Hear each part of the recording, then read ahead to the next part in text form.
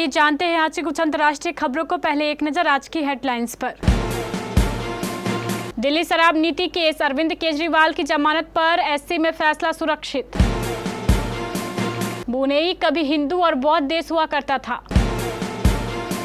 रंजीत चौटाला, लक्ष्मण नापा, शमशेर गिल, हरियाणा में नाराज नेताओं की लंबी लिस्ट।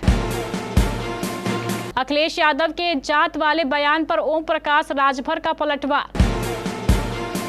2.5 लाख करोड़ की मालकिन को बीजेपी ने नहीं दिया टिकट, सिंपलिसिटी के लिए मशहूर महिला ने कर दी बगावत। इजरायली सेना को गाजा की सुरंग में पहली बार मिला रेलवे ट्रैक, आईडीएफ के हाथ लगी हमास की हैंडबुक।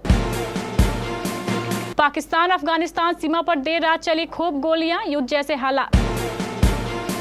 सोते हुए देश को जगाने की कीमत चुकानी पड़ती है, इमरजेंसी रिलीज टलने पर बोली कंगना रनौत। मैडम सपना, संघर्ष, सुसाइड, सोहरत, 1.5 मिनट में सपना चौधरी की जिंदगी की दिखी झलक। और हरविंदर सिंह ने गोल्ड जीतकर रचा इतिहास। शराब नीति घोटाले में मनीष सिसोदिया के कविता विजय नायर के बाद क्या दिल्ली के मुख्यमंत्री अरविंद केजरीवाल को भी जमानत मिल जाएगी?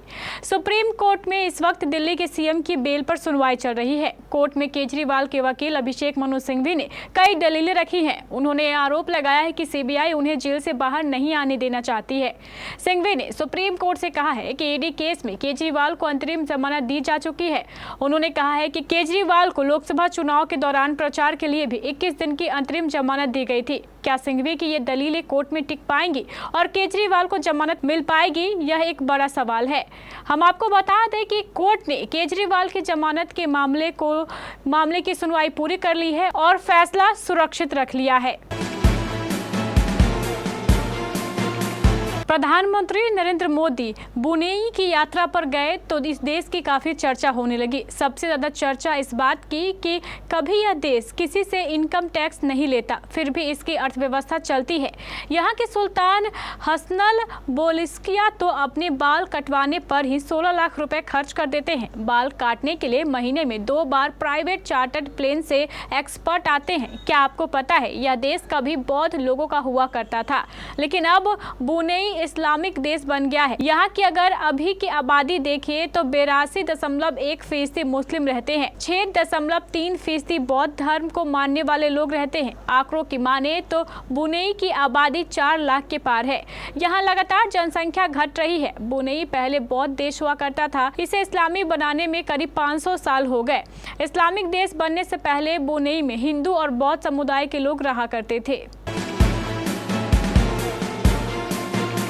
भारतीय जनता पार्टी ने हरियाणा विधानसभा चुनाव के लिए एक दिन पहले ही 67 उम्मीदवारों के नाम का ऐलान किया था। बीजेपी उम्मीदवारों की लिस्ट आने के बाद पार्टी में नाराज नेताओं की लिस्ट लंबी होती जा रही है। 2 विधायकों सहित कई नेता अब तक पार्टी की प्राथमिक सदस्यता से इस्तीफा दे चुके हैं, तो कई चेहरे सोशल मीडिया पर नाराजगी के संकेत दे रहे हैं।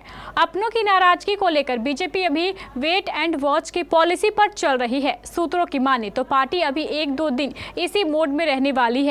बीजेपी सूत्रों का कहना है कि अभी 1-2 दिन और इंतजार कर नाराज नेताओं का रुख देखा जाएगा। पार्टी को उम्मीद है कि बहुत सारे नेता तीसरी बार सत्ता में वापसी के बड़े उद्देश्यों को देखते हुए मान जाएंगे। जो नेता नहीं मानेंगे या जिनकी नाराजगी 1-2 दिन बाद भी बरकरार रहेगी, उनको मनाने के लिए बीजेपी और संघ के स्थानीय नेताओं को लगाया जाएगा। बीजेपी सूत्र सभी नेताओं की नाराजगी दूर कर लिए जाने और पार्टी के एकजुट होकर चुनाव मैदान में उतरने के दावे कर रही है। समाजवादी पार्टी के अध्यक्ष अखिलेश यादव ने सुल्तानपुर में हुए मंगेश यादव के एनकाउंटर को फर्जी बताया है। उन्होंने कहा है कि उसकी जाति देखकर जान ले ली। उनके इस बयान पर सियासत तेज हो गई है। कैबिनेट मंत्री ओम प्रकाश राजभर और बीजेपी प्रदेश अध्यक्ष भूपेंद्र चौधरी ने उनके इस बयान पर पलटवार किया। राजभर ने कहा कि अगर कोई गोली चलाएगा तो पुलिस उसे माला नहीं पहनाएगी।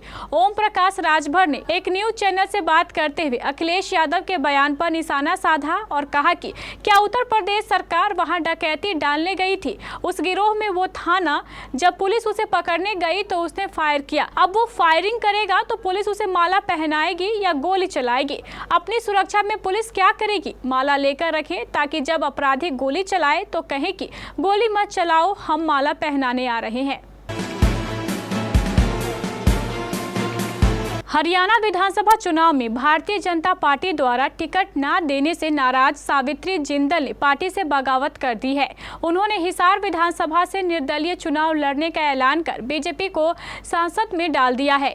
हिसार से बीजेपी ने मंत्री कमल गुप्ता को टिकट दिया है। सावित्री जिंदल प्रसिद्ध उद्योगपति और ओपी जिंदल समूह के संस्थापक ओपी जिंदल की पत्नी है। वे भाजपा सांसद नवीन जिंदल की मां है। जिंदल परिवार की मुखिया एवं जिंदल समूह की चेयरपर्सन सावित्री जिंदल देश की सबसे अमीर महिला है। फॉर्च्यून इंडिया की भारतीय अमीरों की लिस्ट में वे चौथे पायदान पर है। 74 वर्षीय सावित्री देवी जिंदल लगभग 2.77 लाख करोड़ रुपए की मालकिन है। सावित्री जिंदल अपनी सादगी के लिए जानी जाती है। इजराइल रक्षा बलों ने गाजा में सुरंग के अंदर एक रेलवे ट्रैक खोजा है। आईडीएफ ने मंगलवार को दावा किया है कि उसके सैनिकों को उत्तरी गाजा के नीचे बिछी सुरंग के अंदर रेलवे ट्रैक मिला है। आईडीएफ ने बताया है कि गाजा डिवीजन, उत्तरी गाजा ब्रिगेड और यहलोम यूनिट के इंजीनियरिंग सैनिकों ने सुरंग मार्ग का पता लगाने के बाद इसे तबाह कर दिया। आईडीएफ ने गाजा में युद्ध शुरू होने के बाद से लगातार हमास के सुरंग नेटवर्क का खुलासा किया है। इजराइल का मानना है कि हमास ने जमीन के नीचे सुरंगों का बड़ा जाल बिछाया हुआ है, जो उनके लिए युद्ध में बहुत मददगार साबित होते हैं। यरूशलेम पोस्ट के मुताबिक आईडीएफ ने एक बयान में कहा है कि युद्ध की शुरुआत के बाद से ही उनके सैनिक गाजा पट्टी में हमास के भूमिगत बुनियादी ढांचों को बेअसर करने के लिए काम कर रहे हैं। तालिबानी कब्जे वाले अफगानिस्तान और पाकिस्तान के बीच बीती रात को भारी गोलीबारी हुई। अफगानिस्तान के खामा प्रेस ने बताया है कि बुधवार शाम को करीब 7 बजे से ही गोलीबारी शुरू हुई और देर रात तक जारी रही। यह गोलीबारी खोस्त प्रांत के जाजी मैदान जिले में काल्पनिक डुरंग रेखा पर हुई है। इस दौरान दोनों तरफ से भारी हथियारों के इस्तेमाल की खबरें हैं। स्थानीय सूत्रों ने बताया है कि अफगानी सैनिक सीमावर्ती इलाकों में नई चौकियों को निर्माण कर रहे हैं, जिसकी वजह से यह झड़प हुई थी। दोनों देशों के बीच सीमा का विवाद लंबे समय से चला रहा है। खामा प्रेस ने स्थानीय सूत्रों के हवाले से बताया है कि डुरंड लाइन के पास अफगान सैनिक पिछले 3 दिनों से चौकियों का निर्माण कर रहे हैं। दूसरी तरफ महाज न्यूज ने स्थानीय और अफगान सूत्रों के हवाले से बताया है कि देर रात तक गोलीबारी बंद हो गई है। कंगना रनौत के फिल्म इमरजेंसी पर शुरू हुआ विवाद थमने का नाम नहीं ले रहा है। बुधवार 4 सितंबर को इस मामले में एक बड़ा मोड़ आया। फिल्म की रिलीज लगभग 2 हफ्ते के लिए अटक गई है। कंगना की इस फिल्म को 6 सितंबर को रिलीज होना था, लेकिन ये सेंसर बोर्ड के पंगे में फंस गई थी। इमरजेंसी को अभी तक सेंसर सर्टिफिकेट नहीं मिला है। ऐसे में फिल्म के मेकर्स ने बॉम्बे कोर्ट का दरवाजा खटखटाया है। कोर्ट ने central board of film certificate को आदेश दिया है कि वो 18 सितंबर तक इमरजेंसी के सर्टिफिकेट पर फैसला ले। इसके बाद 19 सितंबर को कोर्ट इस याचिका पर सुनवाई करेगा। इस फैसले के आने के बाद एक्ट्रेस कंगना रनौत ने ट्वीट कर खुद को अभी का फेवरेट टारगेट बता दिया। अपनी लंबी चौड़ी पोस्ट में कंगना ने काफी बातें भी कही। हरियाणा की फेमस डांसर सपना चौधरी की बायोपिक को लेकर जोर शोर से चर्चा हो रही थी। फाइनली वो घड़ी आ गई है जब मैडम सपना फिल्म का ऐलान हुआ। अनाउंसमेंट वीडियो में सपना की संघर्ष भरी जिंदगी की झलक पेश की गई है। इस फिल्म को महेश भट्ट बना रहे हैं और ये अगले साल 2025 में रिलीज होगी। सपना चौधरी आज भले ही हरियाणा की फेमस डांसर हैं, लेकिन एक वक्त था जब पिता की मौत के बाद कर्ज में डूबे परिवार का सहारा बनने के लिए उन्होंने स्टेज करना शुरू किया। उनकी मजबूरी धीरे धीरे उनकी कामयाबी बनने लगी और वो सफलता की सीढ़ियां चढ़ने लगी। लेकिन ये रास्ता आसान नहीं था। लोगों के ताने सुने, दर्द सहा, सुसाइड तक करने की कोशिश की, लेकिन फिर कुछ करने की ठानी और आज उनका नाम हर कोई जानता है। हरविंदर सिंह ने मेंस रिकवर आर्चरी में गोल्ड मेडल जीत लिया है। उन्होंने फाइनल में पोलैंड के लुकास सिजेक को 6-0 से आसानी से हरा दिया। यह पेरिस पैरालंपिक 2024 में चौथा गोल्ड और कुल 22वां मेडल है।